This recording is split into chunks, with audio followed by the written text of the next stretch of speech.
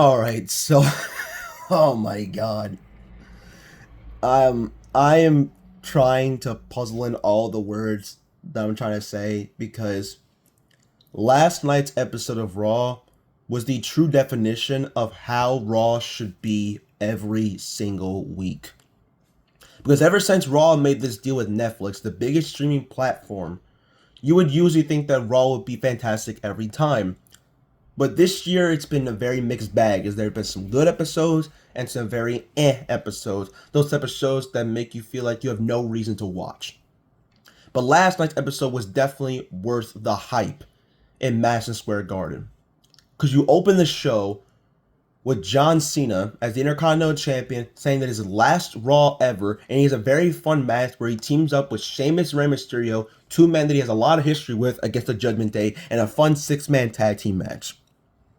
You then have two very good tournament matches in the last SmackDown tournament with Dolph Ziggler, aka Nick Nemeth, making his return against Sol Sikoa, and have Gunther versus Javon Evans, with Gunther coming back to his old theme song when he was Walter, which that was awesome.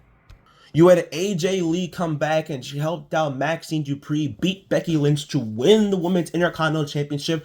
I was very skeptical. I didn't think they were actually going to give her the title. I didn't think they were going to actually have Maxine beat Becky Lynch 3 times in a row, but that is actually awesome, and I gladly appreciate Becky Lynch putting Maxine over, and Maxine 100% deserves this win, because she has come a long way since that really bad match against Rhea Ripley. She definitely worked her ass off. I'm proud of her, and I can't wait to see what they're going to do with her now that she's the champion. But that ending to Raw, man, holy shit. First off, this is probably the most star-studded War Games match I think I've ever seen. And I know some people are going to be like, oh, it definitely looks AI'd. And honestly, to me, I think it's very cool, and I think it makes a lot of sense. Like, it's CM Punk, Cody, the Usos, and Roman versus Brock Lesnar, the Braun Brawns, Logan Paul, and Drew McIntyre.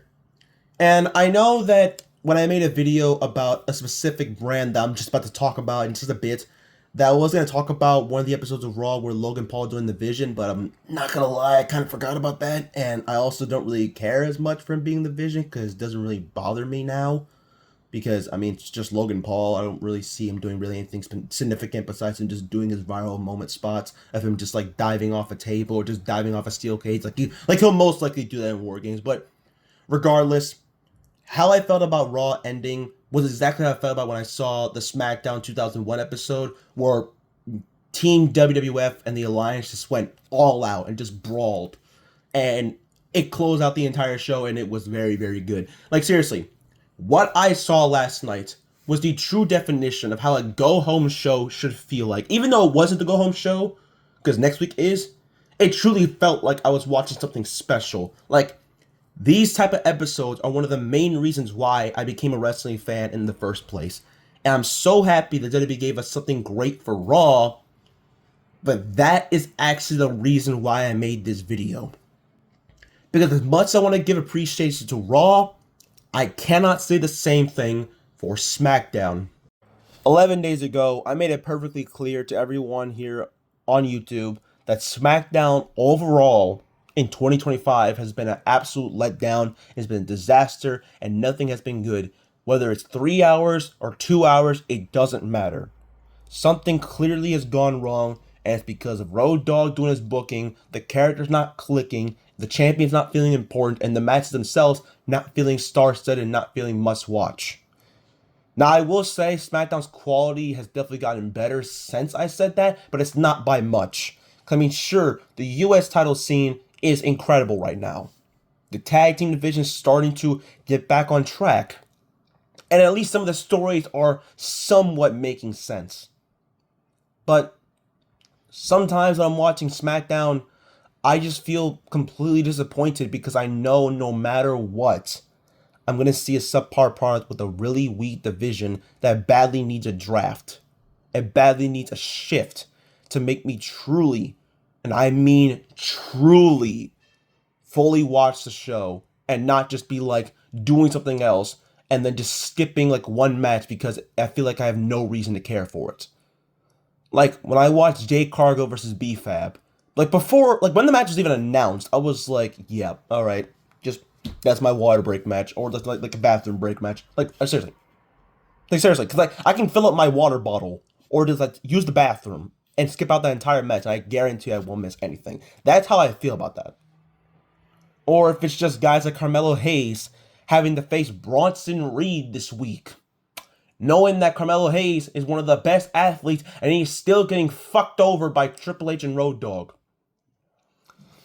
And even if he beats Bronson Reed, it doesn't matter. He's going to get destroyed by Gunther because, again, bro, he came out to his old theme song. Everybody is cooked in this fucking tournament. So, yeah, it's crazy, man. Because, again, I get excited for when Raw happens and get excited for when NXT happens. But when SmackDown happens, I'm just like, ugh. Just absolute, just groan. Just, ugh. Like, I'm just disgusted. And again, it pisses me off so much.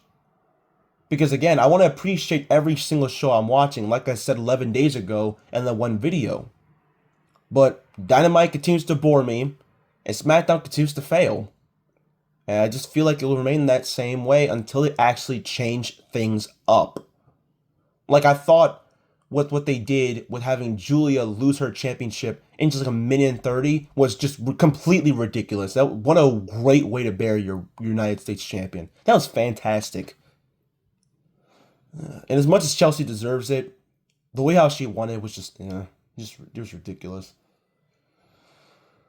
I don't know, man. I'm truly disgusted. Like, I want to be happy, but I'm not. Like I said, great episode of Raw, but I'm not looking forward to SmackDown.